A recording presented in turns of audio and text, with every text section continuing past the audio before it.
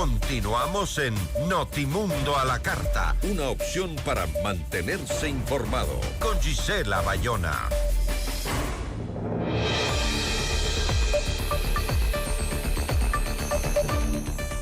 La crisis carcelaria en Ecuador ha alcanzado niveles críticos. Apenas en noviembre de 2025, una nueva masacre dejó al menos 32 presos muertos en el penal del Centro de Privación de Libertad de Machala. Al mismo tiempo, trabajos de investigación, como los de la periodista Carol Noroña, revelan que la tuberculosis, el hacinamiento y la corrupción siguen escalando al interior de los centros penitenciarios de manera invisibilizada. Nuestra entrevista de hoy en Notimundo a la Carta. Hoy conviene preguntarse, ¿está el Estado ecuatoriano más cerca de controlar la crisis carcelaria o simplemente caminando hacia una catástrofe incluso más profunda de lo que ya hemos visto? Nos acompaña a esta hora la periodista Carol Noroña. Carol, ¿cómo está? Muy buenas tardes. Gracias por estar con nosotros. Hola Gisela, buenas tardes, es un gusto conversar contigo tristemente sobre esta situación, pero agradezco mucho para que la gente también entienda un poco más lo que está ocurriendo en las cárceles ecuatorianas. Así es, Carol, justamente usted ha documentado cómo en las cárceles ecuatorianas no solo se combate entre bandas, sino que hay una estructura institucional que permite que la violencia se vaya reproduciendo, ¿no? Ahora, ¿qué nuevo patrón ha logrado identificar usted en los últimos 12 meses que indiquen que la crisis se está escalando y no solo repitiéndose? Sí, exactamente. Mira, yo quiero hacer alusión a febrero del 2024. Durante ese mes hubo una sentencia muy importante que dio el juez Manuel Peña. De hecho, luego el juez en ese contexto fue altamente cuestionado, incluso lo llamaron enemigo de la patria. En este dictamen, lo que hizo el juez Manuel Peña fue declarar la vulneración de derechos a las personas privadas de la libertad en la penitenciaría del Litoral. ¿Pero por qué hizo eso?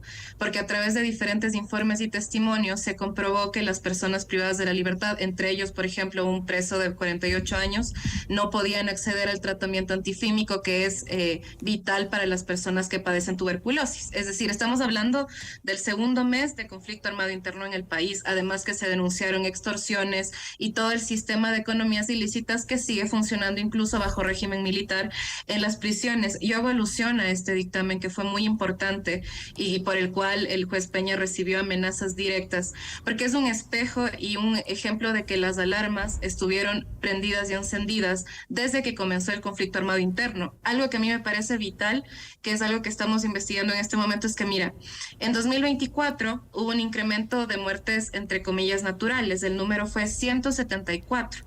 Para 2025, y eso que el año todavía no termina, tenemos 358 muertes. Eso implica un incremento de más del 100% en muertes naturales. ¿Qué quiere decir, Carol, perdóname, qué quiere decir muertes naturales en una cárcel?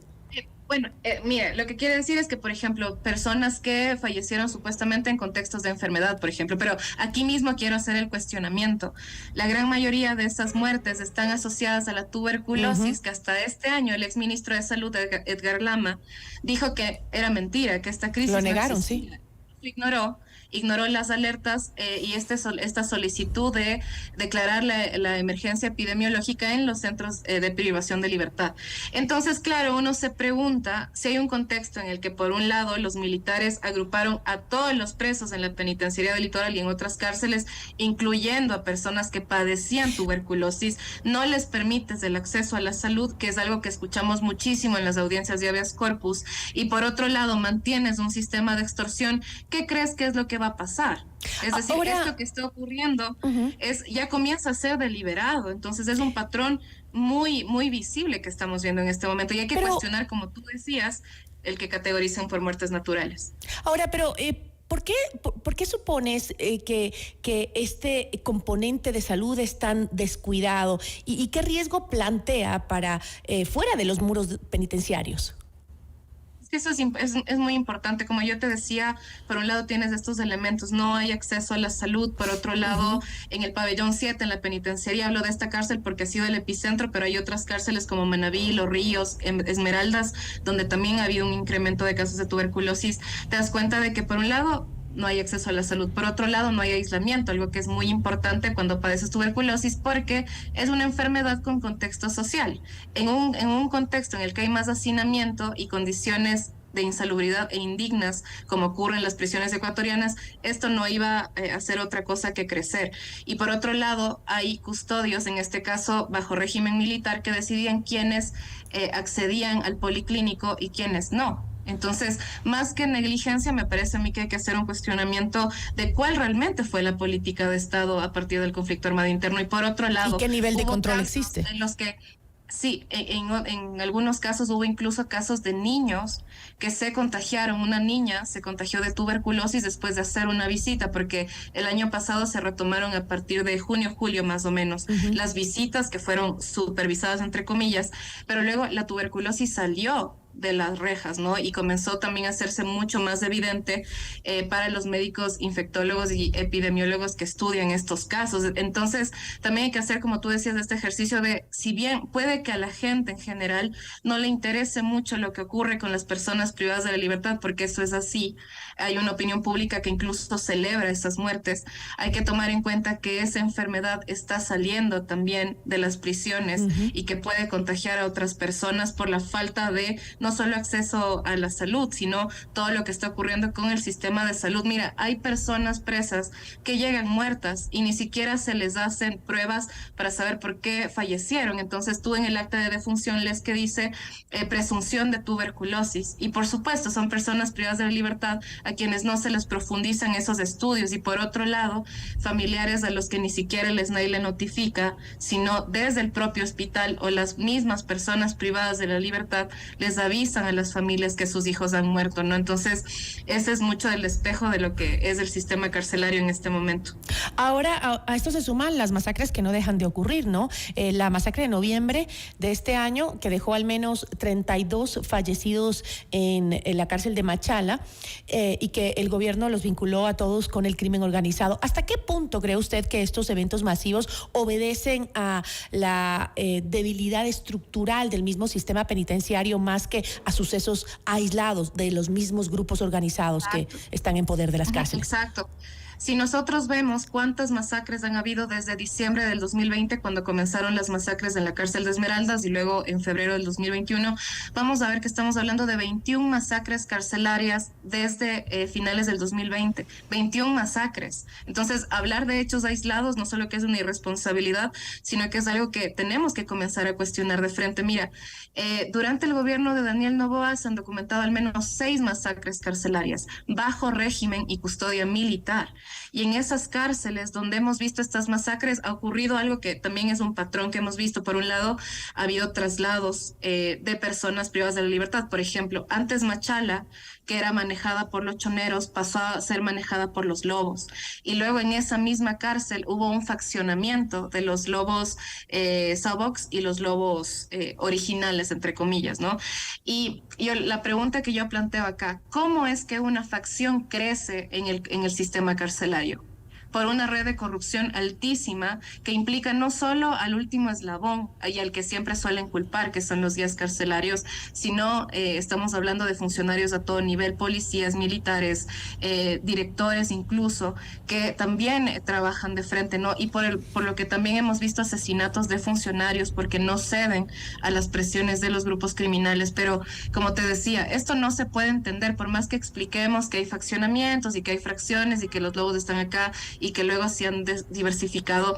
Hay un problema neurálgico y que a mí me parece que no es una negligencia, sino que es algo deliberado. Es cómo nos hablan de control en las prisiones cuando mantienen un sistema que es corrupto y que trabaja directamente con el crimen organizado. A las bandas criminales no les interesa tomarse el Estado, les interesa trabajar con el Estado. Y yo creo que eso es muy importante, porque algo que ha ocurrido, sobre todo bajo régimen militar, es que al no cumplirse relevos y una serie de cosas en el ámbito militar, lo que ha causado es que el personal militar también se profundice esa corrupción dentro del sistema carcelario. Entonces ya no son solo los guías carcelarios, ya no son solo los policías, no son solo los directores, sino a quienes convirtieron en agentes penitenciarios, a los militares que no tienen nada que ver con gestión penitenciaria. No es que no estén preparados, Gisela, tú y yo sabemos que tienen una preparación súper amplia, ¿no? Muy grande, pero su entrenamiento no está dedicado para solucionar la violencia y mucho menos contenerla. Durante los primeros meses, tú recordarás, hubo este discurso de sí, ya paró la extorsión, incluso publicaron testimonios de personas privadas de la libertad que decían gracias por lo que han hecho. Funcionó 2 meses, porque eso ocurre cuando planteas estrategias netamente militaristas. Funcionan 2 meses y a largo plazo, ¿qué ocurre? No, ocurre esto, mayor contaminación, mayores muertes y un cambio incluso en los modos de muerte, porque ahorita, si bien ha habido 6 masacres carcelarias, vemos que ha habido también este cambio a masacres que también pueden ser más silenciosas, como asfixia, ahorcamientos, ingesta de droga para simular esas muertes, y por otro lado la tuberculosis. Entonces, quienes están bajo custodia del Estado, las personas privadas de la libertad, y un reflejo de la falta de rehabilitación es que eso se configura como una política de prevención del delito. Rehabilitar y reinsertar es una prevención del delito, y sin embargo al gobierno no le interesa más que armar todo un show para decir que mientras más cárceles haya y mientras más castigo haya y tortura haya, va a haber más justicia. Y esa es una visión muy equivocada que no resuelve nada, sino que profundiza la violencia. Con eso me voy a quedar, Carol, porque se nos acabó el tiempo. Me gustaría seguir hablando porque hay muchos temas que se me quedaron sobre esto, porque hay que ponerle el ojo a las cárceles. La situación sigue siendo peligrosa para el país entero y todavía hay mucho por hacer ahí dentro. En temas también de rehabilitación, que no se ha hecho absolutamente nada. Eso es importante también. Obvio, no se puede hacer si todavía las mafias están controlando las cárceles. Espero tenerte pronto una vez más para seguir conversando, Carol. Te agradezco muchísimo. A ti, Gisela, un abrazo muy fuerte. Nos acompañó la periodista e investigadora Carol Noroña.